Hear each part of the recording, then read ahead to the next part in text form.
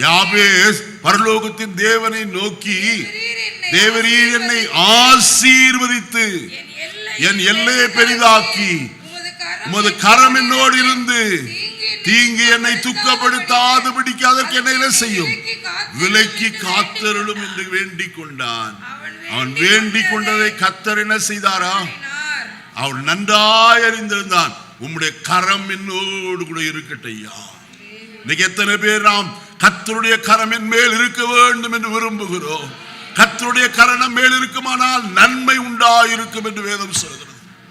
Ezra, நெகேமியா போன்ற பக்தர்கள் கர்த்தரை நோக்கி ஜெபித்தார்கள். கர்த்தாவே, உம்முடைய கரம் எங்கள் மேல் நன்மையாயிருக்கும்படிக்கு எங்களை நினைத்தருளும் ஆண்டவரே.